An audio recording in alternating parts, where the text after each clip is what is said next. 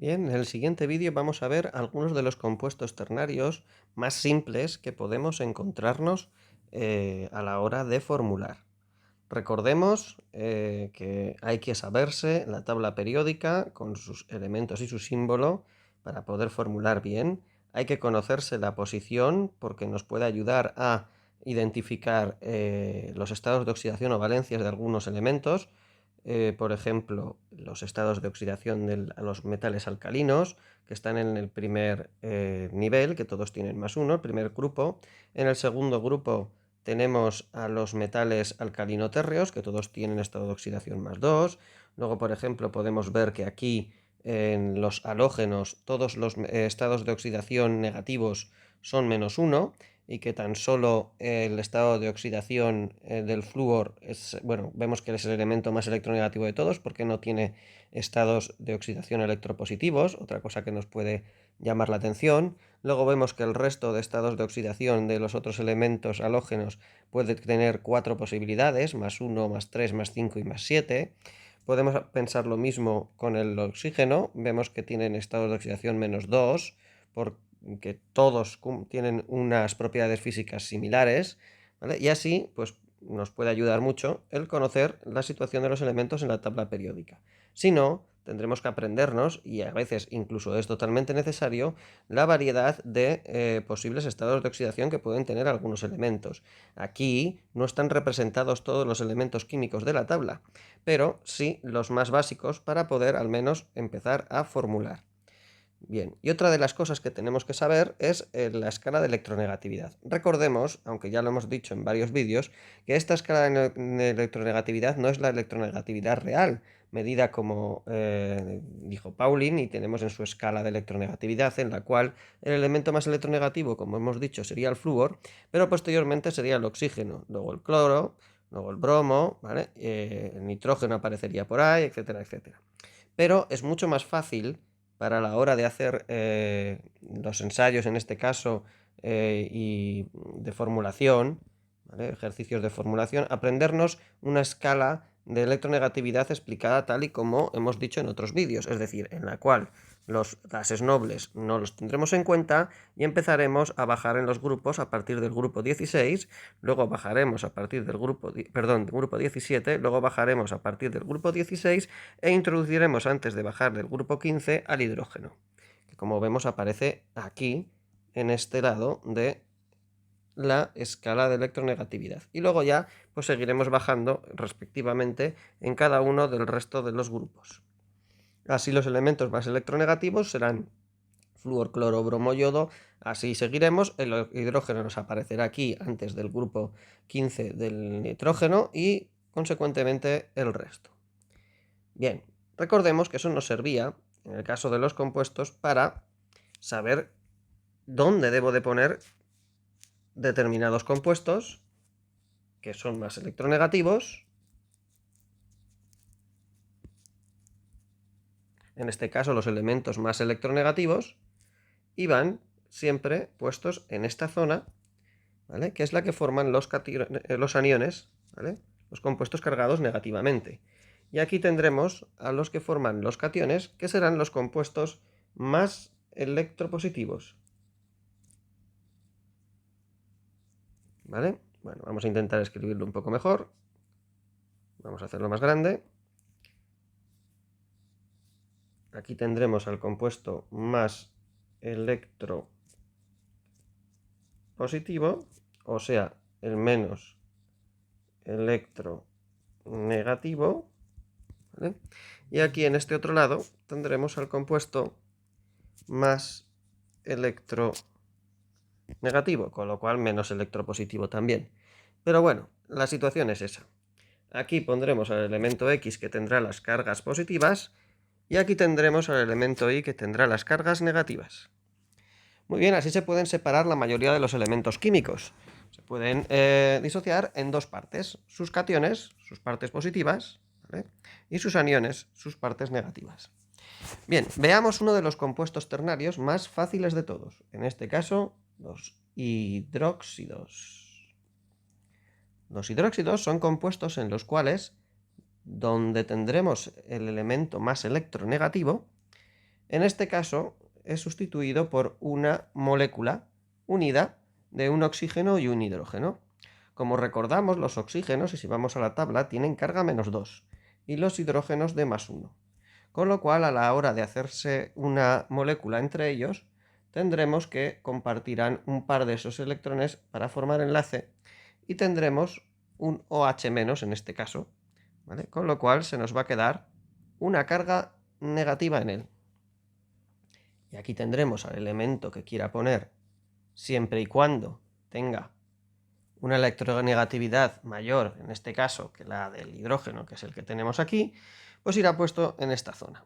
A la hora de cruzar las cargas, recordemos que hay que cruzar las cargas, ¿vale?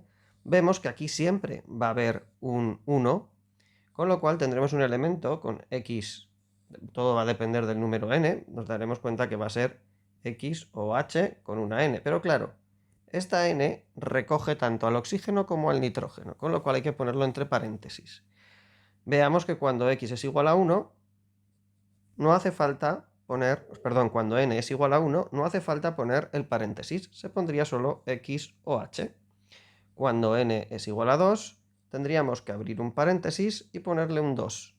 Cuando n es igual a 3, pues exactamente igual se pondría un 3 aquí. Cuando n es igual a 4, pues exactamente igual, con un paréntesis y un 4. Y así sucesivamente.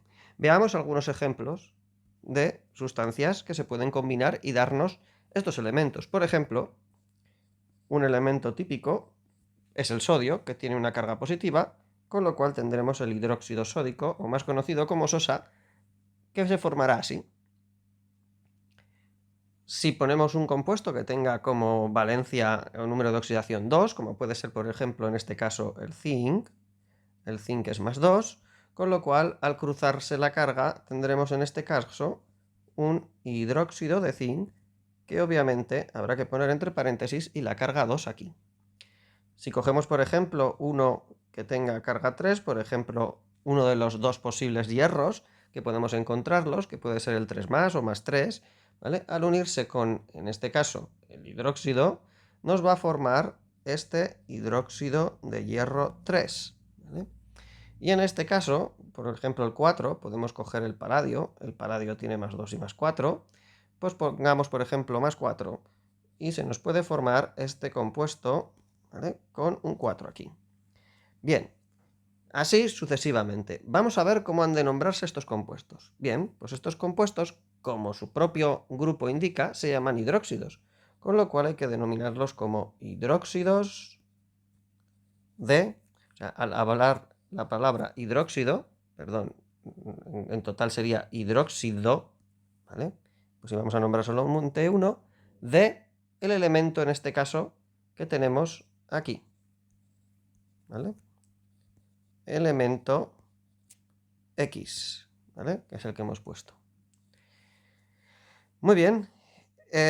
Ahora va a depender de los dos tipos de nomenclatura que hemos visto anteriormente. Es decir, acordaros que teníamos la nomenclatura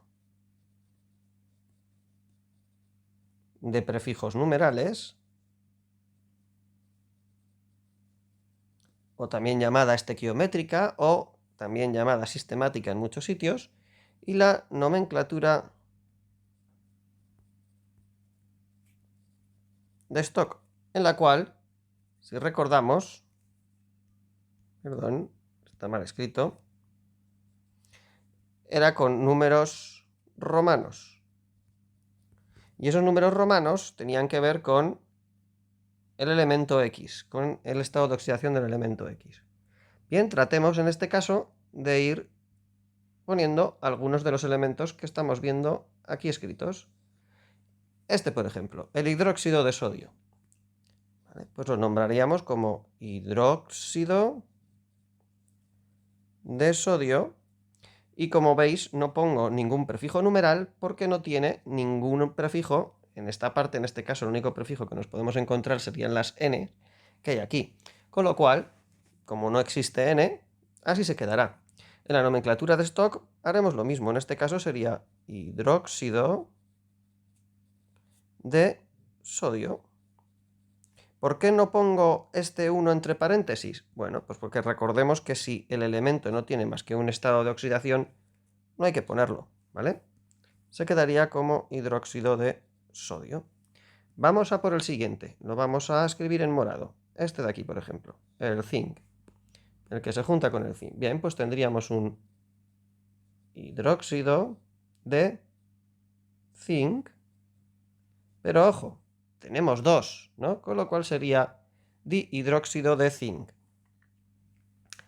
El otro lado, en la nomenclatura de Stock, tendríamos hidróxido de zinc.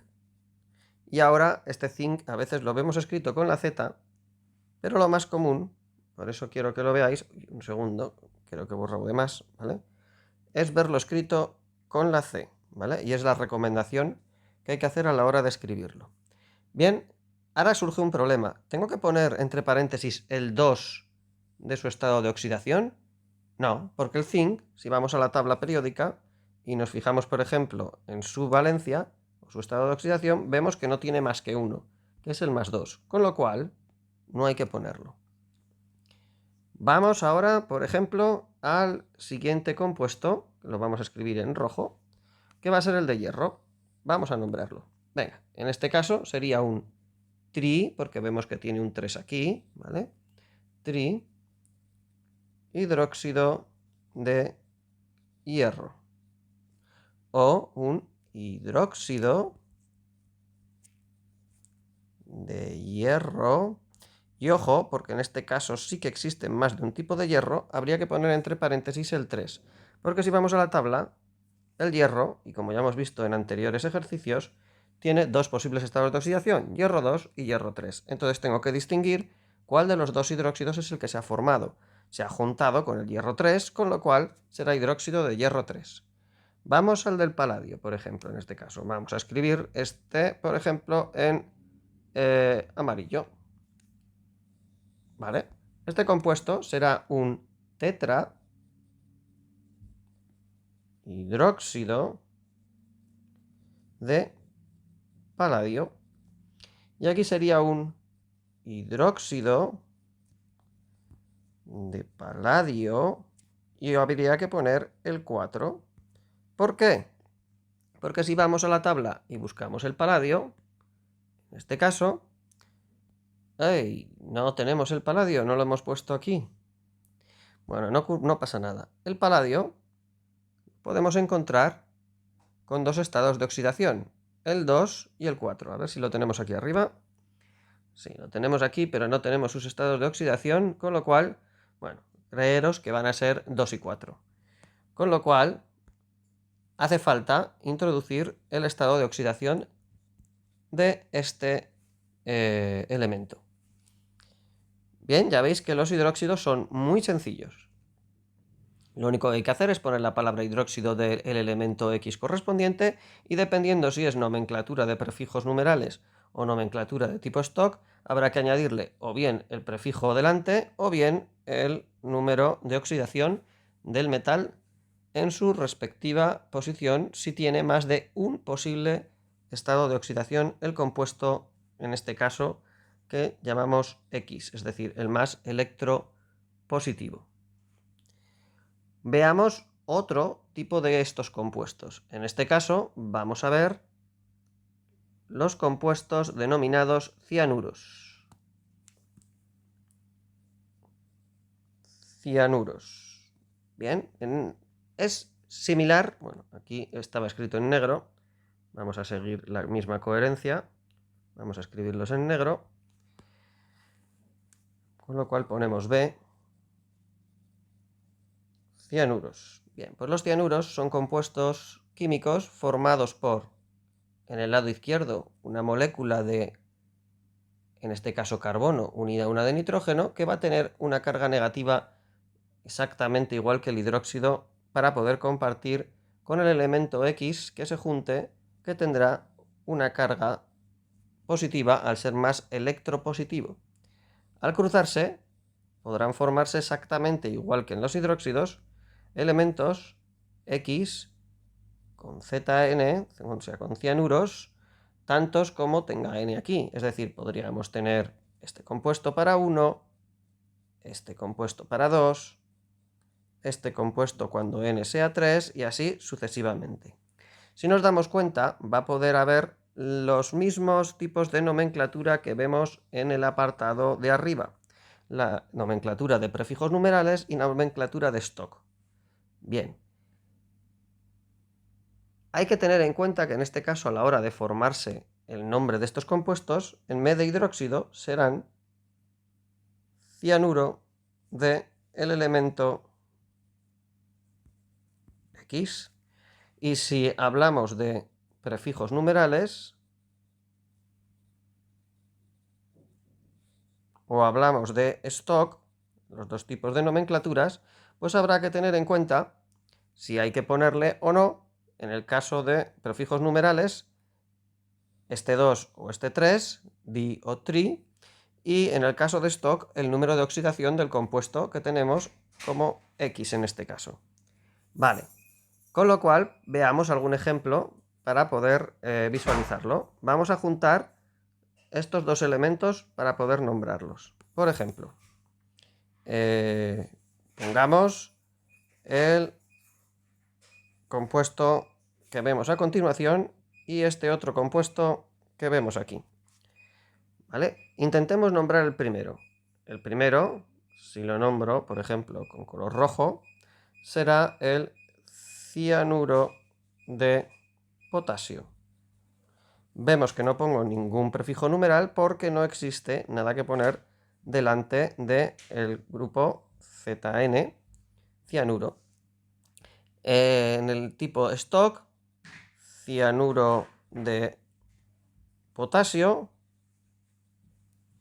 Y obviamente no pongo entre paréntesis ningún tipo de, en este caso, número de oxidación, porque el potasio es un metal alcalino y recordemos que los metales alcalinos solamente tienen, como podemos ver aquí, ¿vale?, un solo estado de oxidación o valencia, que es +1.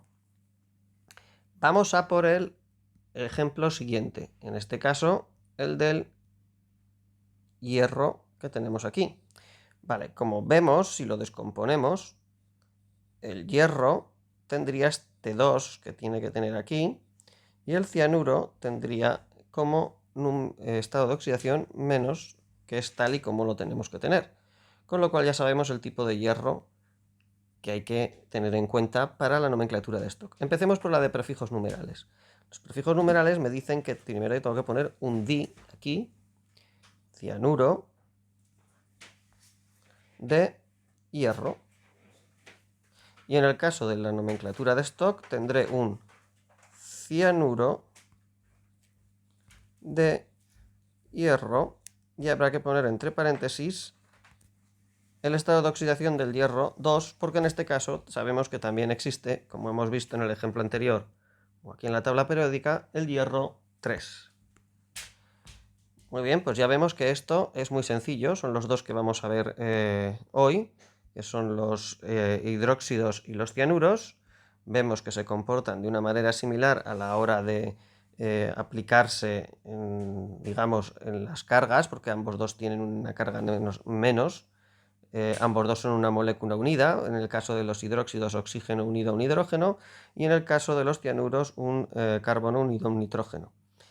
Ambos cruzan sus cargas y vemos que se forma de una manera similar, lo único que cambiando, en este caso, el tipo de moléculas que se unen, el tipo de elementos que se unen para formar la molécula.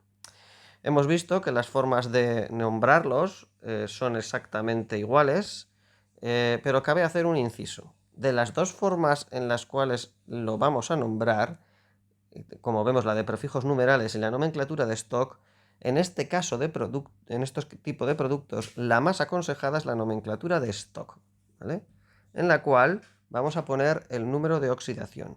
La nomenclatura de prefijos numerales, si bien se puede usar, es menos utilizada, ¿vale?, pero no tenemos por qué dejar de tenerla en cuenta.